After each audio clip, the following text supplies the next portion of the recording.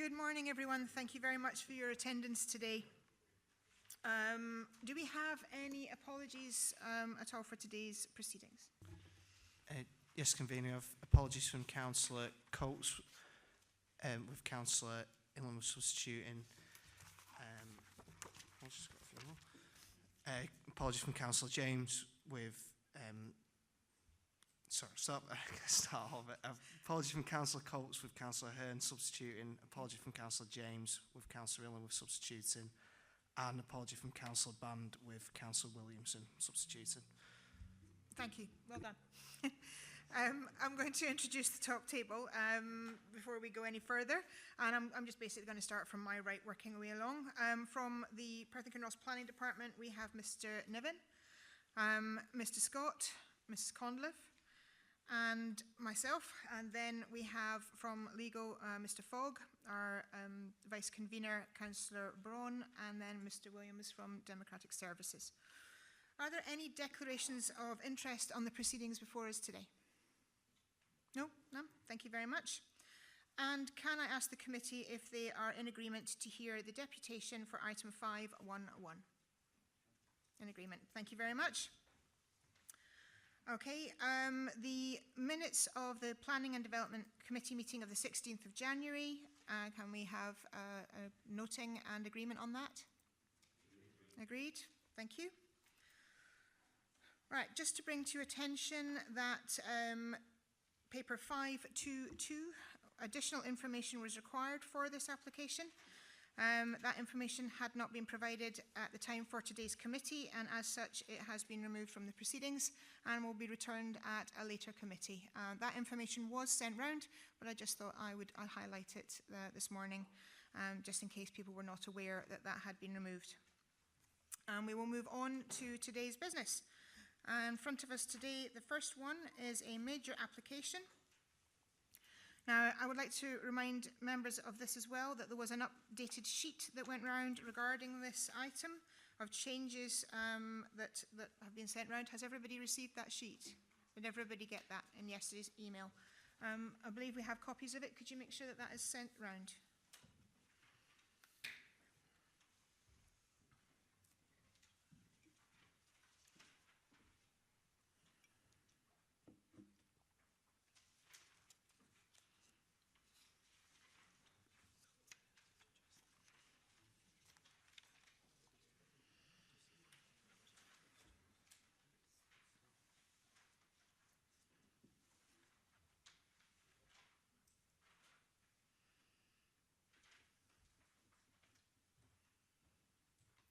Thank you. I'll give everyone a moment to give it a read.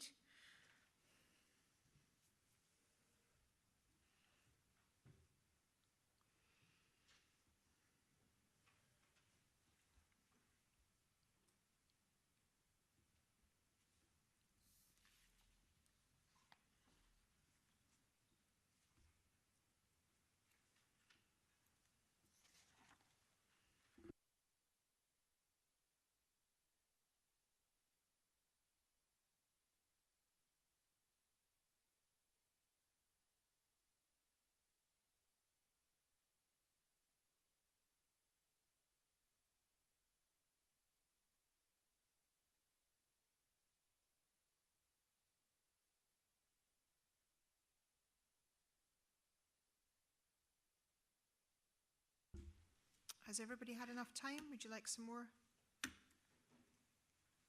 Blank. Okay. Right, in that case we'll continue. The update is literally some changes and wording and amendments to some of the directions and conditions on the paper. And we will go ahead to the paper. Now this is an application to amend Condition 1, timescales for submission of approval of matters specified by conditions, applications, and Condition 2, phasing of development of planning permission of a residential development with community facilities, employment land, open space, landscaping, and associated infrastructure in principle at Bertha Park in Perth. And I'm going to ask Mr. Scott to speak to the report. Thank you very much, Convener. Yes, as you've alluded to, the Planning Permission application before you today, it seeks a Section 42 to vary those two conditions. What I'll do is there is just one still to show you, just to give a little bit of context of the site and what the application actually seeks to achieve. So the red line boundary that you see in front of you on the still is the outline boundary for the planning permission in principle. That's the same boundary as it is for the extant consent. So with this application, the applicant is seeking to change the submission timescales for approval of matters specified in conditions, and associated to that, the phasing, the delivery plan effectively for the development. So you'll see in front of you there are 4 coloured areas. I'll just explain what they are and how they relate to the planning application before you. The central area in red is phase 1 of the development. Now, the vast majority of that area benefits from full planning permission. So in reality, they are already building out that development, and it will not require approval of matters specified in conditions. So not really relevant to the planning permission in principle that you have before you today. However, the yellow area which is within that, as referred to in the report, is phase 1.2. At present, it does not have full planning permission and would be subject to planning permission in principle. The current application seeks to change the submission timescales for approval of matters specified in that area and indeed any other areas of phase 1. The original permission, the submission date expired in December 2018, so this application seeks to extend the period for a further 9 years to allow matters specified in condition application to come forward.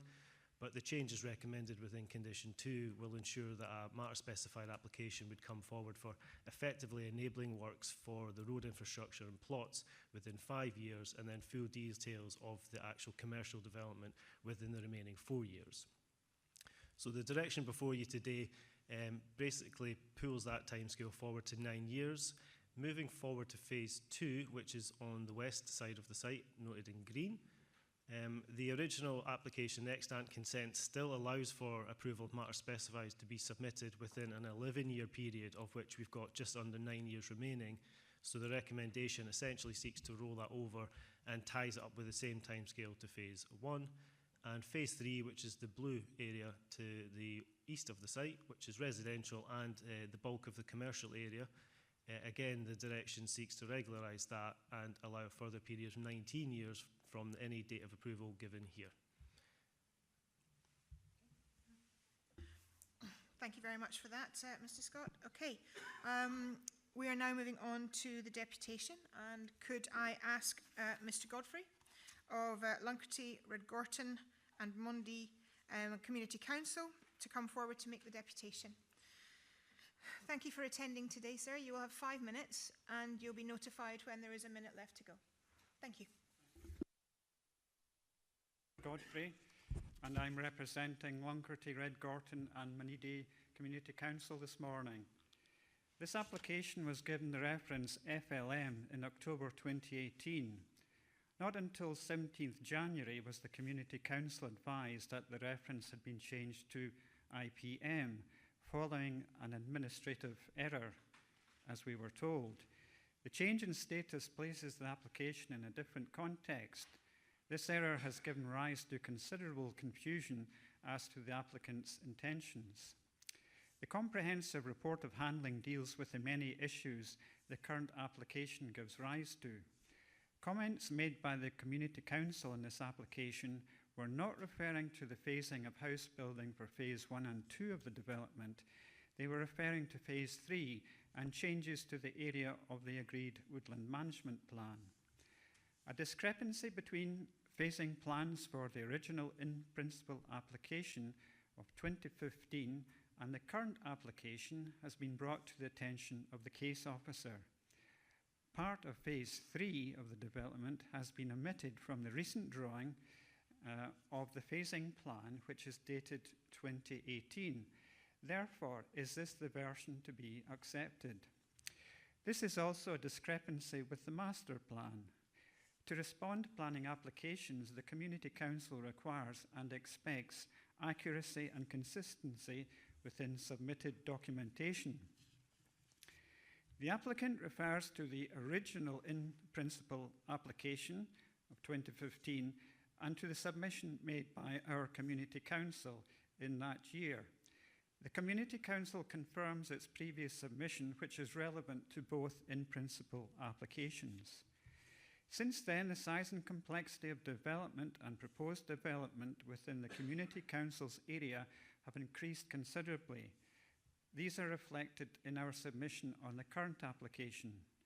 Our communities of Redgorton and Denmarkfield are only a little over 1 kilometre from the edge of Phase 3 of the Bertha Park development, and Lunkerty is only just 1.5 kilometres away.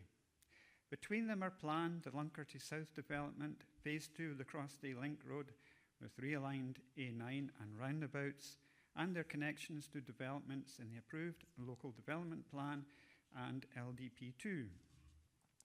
As this application moves forward to the next stages, we ask that the concerns of our residents are taken into account in relation to the Bertha Park development and cumulative effects, including noise and emissions from vehicles and traffic congestion, Phase 3 of the CTLR through Bertha Park, the park and ride identified in LDP2, which is twice the nominal extent referred to in the Section 75 agreement for Bertha Park, impacts on the surrounding natural landscape and character of the community, impacts on core paths and loss of access rights and enjoyment, excessive lighting from developments at Inverhammond and adjacent premises.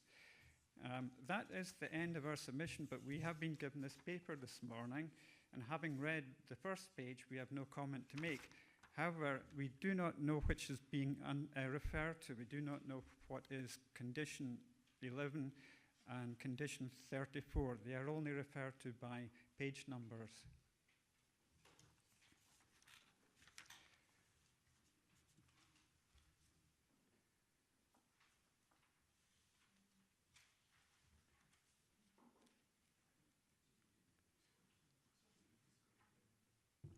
Thank you very much for that. Is it possible that you could explain those two conditions? Yes, Convener. Mr Godfrey, condition 11 refers to an existing condition on the extant consent for development to be precluded before the A985 junction comes forward. And as you'll know, that junction is now complete and operational. So the amendment before today for committee is that that need not be attached to this any plan permission approved today. Condition 34 relates to a viability statement for his district heating. That viability case and statement has been made as part of the extant planning permission in principle and also the full planning permission. We've accepted that it isn't viable. There haven't been any material changes in circumstances for availability for that network to be delivered here, so it need not be reassessed as part of the planning permission again, and that's why the recommendation is before committee that they be omitted from any approval granted today. These are understood, thank you, and we have no comment to make on them. Thank you very much indeed for your submission. Are you happy to take questions from the committee if there are, sir? Indeed, yes. Thank you very much indeed, sir. Okay, do we have any questions at all for Mr Godfrey? Councillor Wilson, thank you. Thanks. Good morning, Mr Godfrey. Morning. Thanks for your submission. There were really two parts to, I think, what you said. One was a matter of process, and you were concerned about some what you regarded as inaccuracies in some of the documentation. Has there been further discussion with the planning service to try and even out these points? I managed to get hold of the case officer yesterday and we discussed this. And he said there are also discrepancies in the documentation submitted in 2015. Now, looking at the plan on the screen just now, I think that is the phasing plan, and it is different from the master plan. So we would like to know which of the two versions is the one to be accepted. Convener, I think we'll raise that as a question for officers later on. Thank you. In the main part of your submission, Mr Godfrey, you were concerned about, I think, the scale of this development and the net effect it would have on what in particular? Was it the communities that community council area, or life in general, or sustainability? I wasn't quite sure where you were heading with that in detail. Right, we understand now that this is an in-principle application, which wasn't clear at the start when we submitted our comments. Now, the comments originally submitted expressed concern about the impact of Bertha Park and the Crossday Link Road on the wider community. And as I have explained, Red Gorton and other communities are very close to phase 3, and in between that there are planned additional developments. Now these are at some point in the future, but at this point in time what I'm asking is that these will be taken into account as this application moves forward. Thank you. One final point, Convener. Have you any particular comments about the gist of this report before us in terms of the phasing of the commercial aspect of it? Really what it boils down to, I think, is applicants asking for more time. Have you any comments on that particular aspect?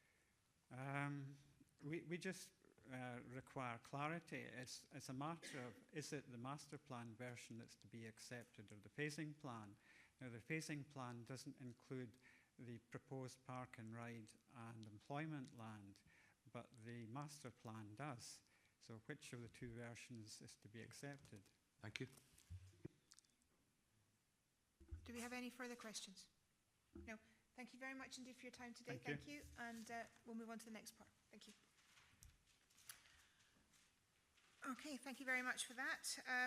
And we will now invite Mr. Martin, agent on behalf of the applicant, to make his deputation.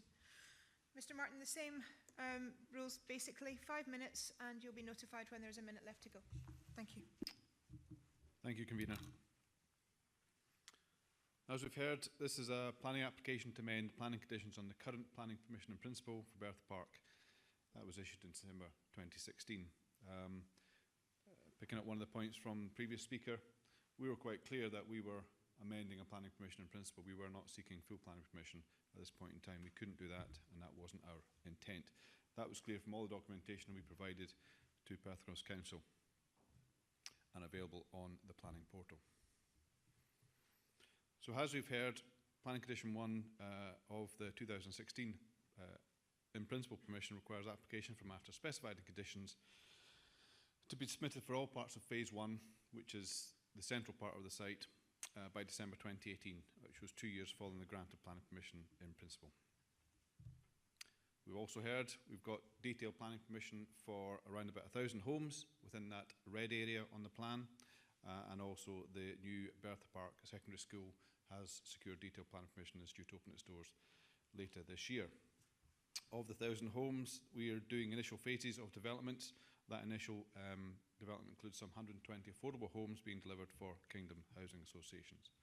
First of those affordable homes will be handed over later this year, and there are already 6 private homes with residents and a further 53 families due to move into their new private homes by June of this year. The development is progressing. Section 75 agreement, which is associated with both the 2016 in principle consent and the detailed permission, requires services and access to be delivered to the commercial areas, which is the yellow, central yellow area, by the it requires access and services delivered to an area just to the east of the yellow area by the time 200 homes have been delivered within phase 1. This is the initial elements of the affordable homes, ground floor of which will be commercial employment uses. That service and access is already in place, and we're in discussions about potential operators of those premises just now. So the area 1.2, again the Section 75 agreement, requires us to have services and access in place for that. By the time 500 homes have been delivered within phase 1, those services and that access is already in place as well. We've not yet identified users of that area, but the discussions are ongoing, and we would hope to be able to bring forward or develop interest in those areas in the fullness of time. But it has to be recognised that these are market-driven limits on the delivery of these larger elements of commercial and employment uses within phase 1.2. And therefore, in order for the planning permission in principle to remain implementable in future years, along with the various other Section 75 obligations associated with it, submitting the Section 42 application to extend the time period for delivery of phase 1.2 was necessary. No other aspect of the 2016 Planning Permission in Principle requires to be amended, and the red line that is before you today is the red line that was submitted in 2015 and granted permission in 2016. And the phasing covers all of the areas that we are seeking development for within that earlier permission. Through discussions with the planning officer, it was recognised that an interim stage delivery of the large area of commercial and employment uses was relevant, and hence the new condition 2 was brought forward, and that requires us to bring forward an application within 5 years for at least road layout and plot servicing. It may well be that we have users spring forward by that time, if not sooner as well. You have 1 minute, sir. Thank you. Planning Office have asked for more detailed marketing information, and we've committed to delivering that as part of our delivery plan, and the first update will be provided in 2019. Delivery of new private and affordable homes continues to progress, and that reflects this partnership working that underpins delivery of Bertha Park, and we hope that will continue to be recognised. Thank you. Thank you very much indeed, Mr. Martin. Are you happy to answer some questions? Yes, thank you. Committee, I open the floor up to any questions for Mr. Martin. Are there any questions from committee? Councillor Wilson, thank you. I just asked Mr. Martin if he's any comments to make on the comments made by the representative from the Community Council. I reflected them in the earlier deputation, sir. As I say, the red line remains unchanged, and development areas are as per our original intent. Councillor Wilson. I can understand the reasons given for this application. I think, what reassurance can you give the committee that this revised timetable will be sustainable in terms of both your commercial interests and interests of the community generally? Okay, thank you. So, the conversations have started with various operators, both within phase 1.2 and further up towards CTLR, about potential employment uses coming forward as part of those areas in the fullness of time. There is interest, there's certainly interest in the area beneath the ground floors of the affordable homes, and say we should have operators moving in fairly soon. Certainly see the commercial advantage of being close to the secondary school and the market that is there. This will happen. We are committed to making this happen. We are required to demonstrate through the delivery plan in more detail the marketing exercises that we're undertaking with our partners to make sure that these users and operators can come forward.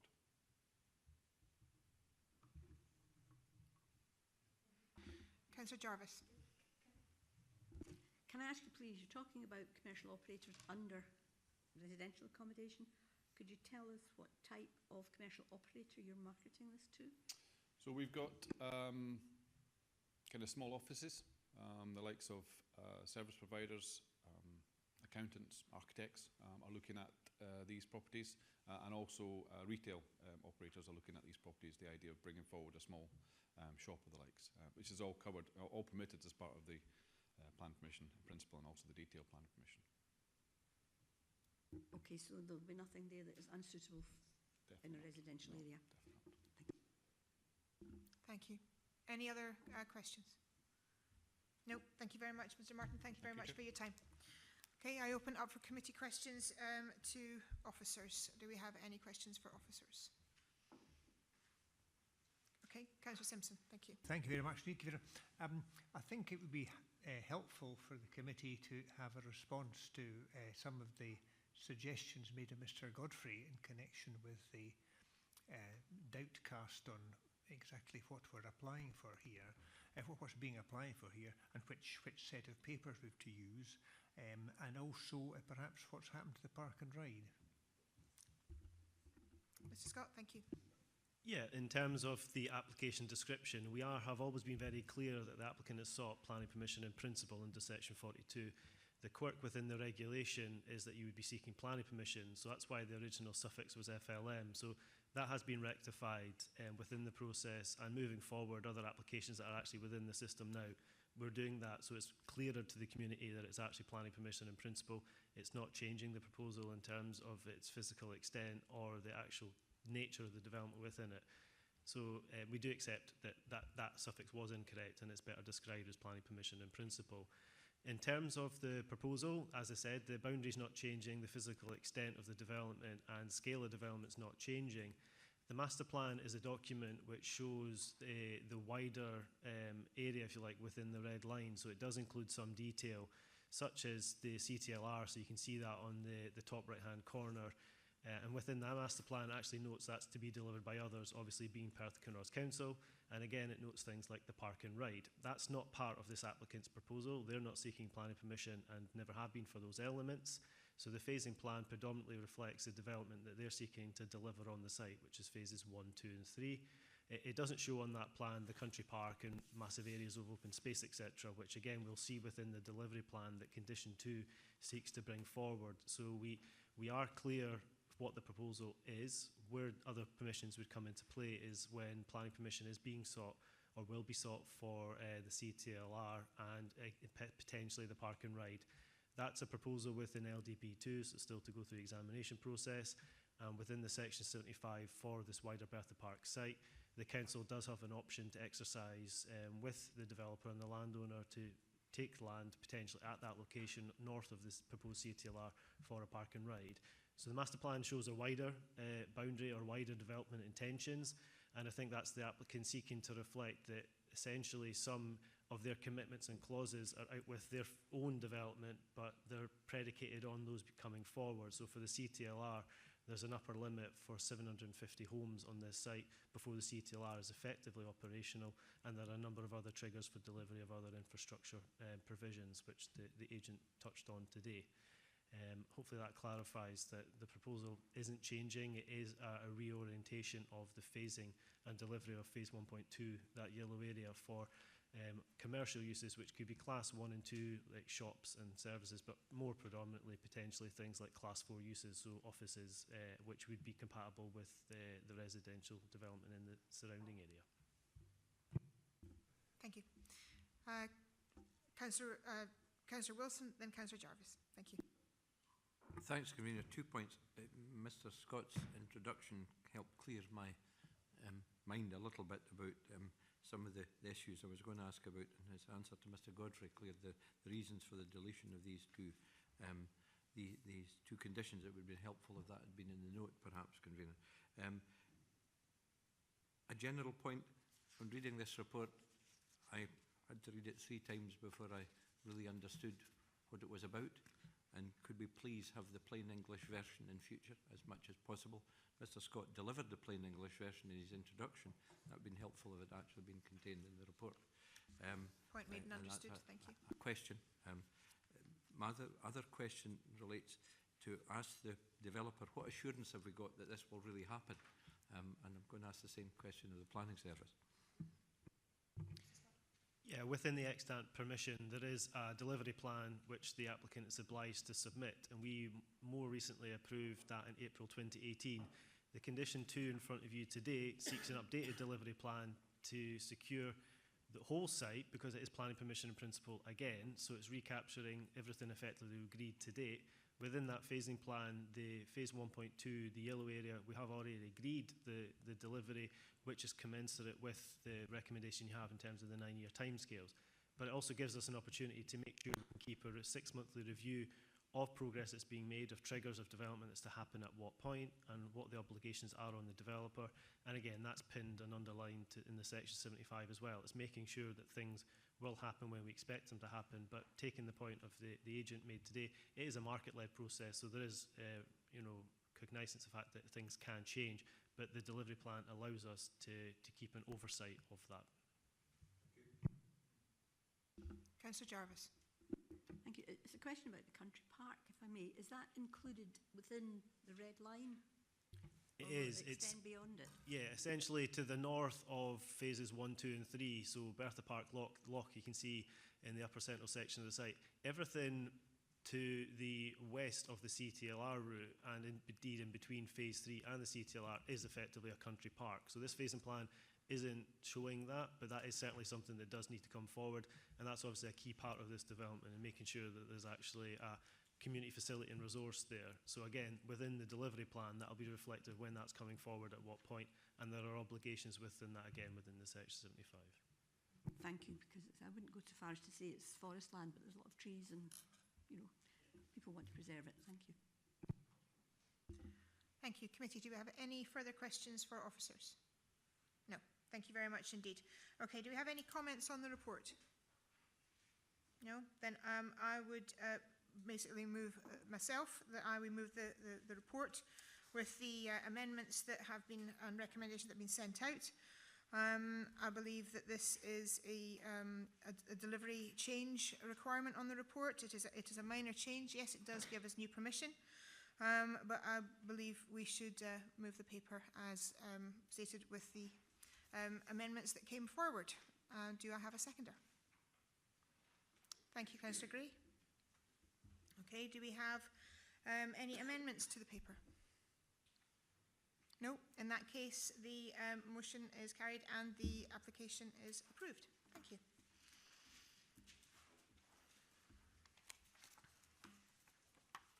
Okay, thank you very much indeed. We are now moving on to the next paper, which is 521. It is a residential development in principle of land 20 metres southwest of 16 Curate Wynd in Kinross. And could I ask Mr Niven to speak to the report? Thank you. This application relates to land of Curate Wynd, located in the centre of Kinross. The site is presently a vacant area of land, which, with the exception of the access, lies out with the Kinross Conservation Area. It appears to have been used as a paddock most recently, but does not appear to be in any active use at the moment.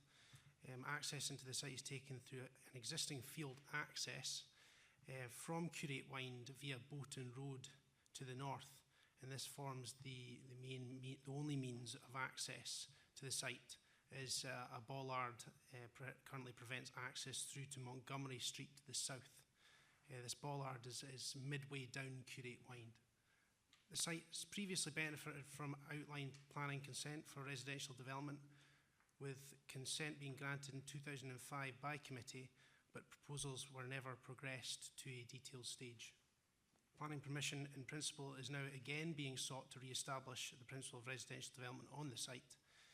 Access to the site is proposed via the existing point of access onto Curate Wynd that I've mentioned previously. This is a photograph taken looking into the site from Curate Wynd. The triangular area in front of the gates that you see is the area which is within the conservation area. The site beyond the gates, which forms the development site itself, lies out with the conservation area. This is a view looking across the northern boundary. As you can see, there are a number of existing dwelling houses which bound the site. This is a view from the access on Curate Wynd looking into the site across, looking westwards. As you can see, the site is again surrounded by existing built development. The site is quite flat and free of any existing structures, with the exception of a number of trees that you can see in the background. And this final photograph looking from the north, from the properties to the north, this shows the entire extent of the site. Curate Wynd is on the left, with the access just before the White House that you see on the left-hand side of the photograph there. The site is effectively starts from the boundary walls that you see in the foreground. And this returning back to the plan of the site. Thank you. Thank you very much indeed, Mr Niven. Do we have any questions for officers on this application? Councillor Gray. Could I ask, in the first slide there, there was a White House with astral windows, and was that a listed house by any chance? And it appears again in the last slide, I think. I'm not aware if that house is listed. I would need to check. I could check that right now. Yeah, but the street itself is conserved. The street itself, Curate Wynd, is within the conservation area. Effectively, if you imagine the boundary of the conservation area runs along the western side of Curate Wynd and comes down and covers that triangular section at that main entrance at the site. then skirts round that White House, straight down that boundary, which forms effectively the boundary of the conservation area. So this site where they would be proposing development is more or less entirely out with the conservation area, with the exception of that very small triangular piece of land. Can I just ask too, is the Wind a one-way street, by the way? No, it's not. There's a bollard effectively midway. You can see an L-shaped house midway down. I think it's number 21. Basically, midway down Curate Wind, there's a bollard. You can come in and out, but effectively, yeah. Thank you. Oh, I can confirm that. Sorry, the White House is not listed. My colleague just confirmed that. Councillor Barnacle. Thanks, Convener. I've had representation that because the application is partly in the conservation area,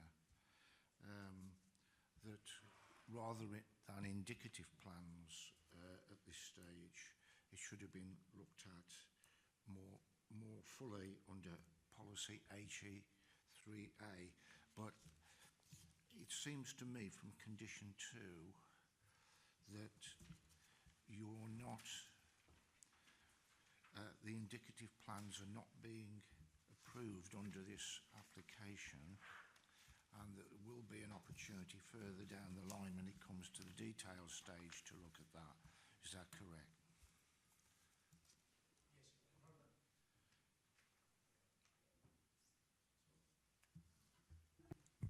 Yes, I can confirm that is indeed the case. As with a lot of, or most in principle consents, we would not normally look to condition or improve the layout before us.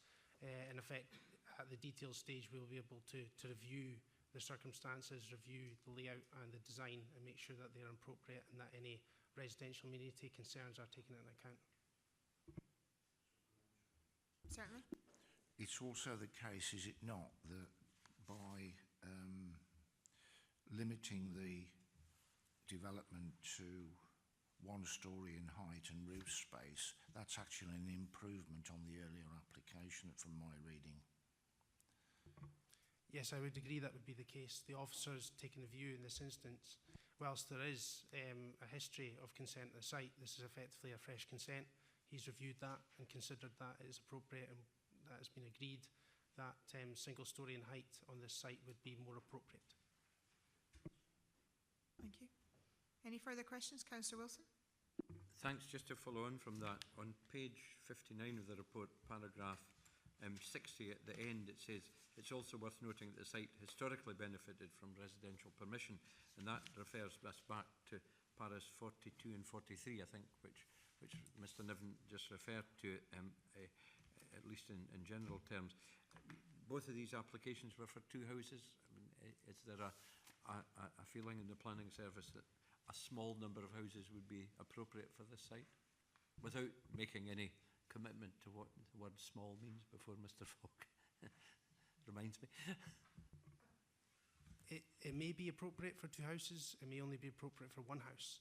It can only be at the stage that we have the detailed proposals in front of us would be able to determine that, because obviously 2 very small houses may be appropriate, 2 very large houses may not, but we also have to review the situation in terms of the ground conditions, any interface with the neighbouring properties.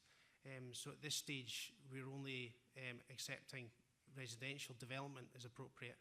It will be down to the applicant to come forward with a suitable scheme, and at that time we would review the numbers. Thank you, because the site is limited, I would say.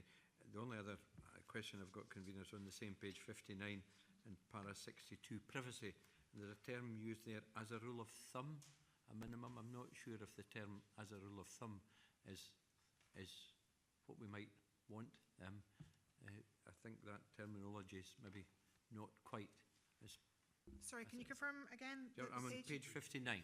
59, 62. Thank you. 62, and I'm simply querying the use of the terminology, the rule of thumb. I think in other reports we've had something that was a bit more definite. It is normally the case that I simply ask the question if that's a new bit of terminology that's been brought in, or is it was just a piece of vernacular terminology in this particular report? I will pass that on. Would you like to comment on that, Mr. Niven? When the officers mentioned rule of thumb, yes, I picked that up. That's an informal way of basically saying it's a guideline. It's not always applied to every single site, depending on the site circumstances, but we'd always try to maintain 18-metre window, 9-metre window to boundary. Thank you. I prefer guideline. Point made and understood. Thank you. Certainly, Councillor Waters. Thank you, Convener. This may be more appropriate when a full planning application, but given it comes in, but given the location and given that there's a residential home right next to it, what kind of safeguards can we put in to protect the amenity of certainly the elderly people that will be staying right next to the construction site? Well, once we get the detailed layout in and we can review the consideration in terms of privacy and window-to-window distances, there's always going to be a period where if a development's taking place, there will be a construction period and there will be some concerns raised quite often about noise and fumes and dust. That is something that the applicant would need to address themselves. On a site this size, it's generally not a significant issue. It's obviously in the larger sites that becomes a much bigger issue. However, at this stage, it's only in principle it's been investigated. At the detailed stage, we can take into account the concerns and issues that may be raised on the detailed proposals from surrounding residents, and then consider that in relation to any conditions or any layout going forward. Councillor Anderson. Thank you, Convener. It's just a bit of clarity here. You say single-storey house with room in the roof space. What's the difference between that and a 1.5-storey, which I thought is usually a description? Is it because of the dormers, etc., that perhaps that wouldn't be acceptable? Or can you explain it more to me, please? It's generally in order to inform them that we are seeking to get a design that is more in accordance with a single-storey property. But all the accommodations should be accommodated within the roof space itself. So you don't end up having a situation where somebody's maybe going to 1 3/4. 1.5 can sometimes be debatable in terms of the overall size of the property. So what we're effectively trying to say, and we do employ this on in our standard conditions now, is effectively to say that the house should have the appearance of a single-storey property, and any accommodation within that roof space should be entirely contained within that. That's not to say a dormer might not be acceptable, but a dormer should only be used to now allow available light into it, rather than creating a significantly large box dormer that would effectively take up to 2 stories in height. Thank you for that clarity. I just thought I'd ask this question. Thank you. Any further questions for officers? No, thank you very much indeed. Okay, do you have any comments on the application? No. Well, I'll ask for a motion. Councillor Barnacle. Yeah, I think I'd like to move the report actually, but I'd like an assurance that, because there's no mention of it in this report, that when we come to the detailed stage, that the conservation officer will be consulted, because I'm not quite certain that's happened in this case. It may well have done, but I'd just like that assurance in moving the report. Okay, I believe that's been accepted. Yes, I can accept that. Okay, thank you. Do we have a seconder? Councillor Anderson. Quite happy to second it on that condition. Thank you very much. Do we have an amendment to the paper? No. In that case, the application is approved in principle. Thank you very much indeed.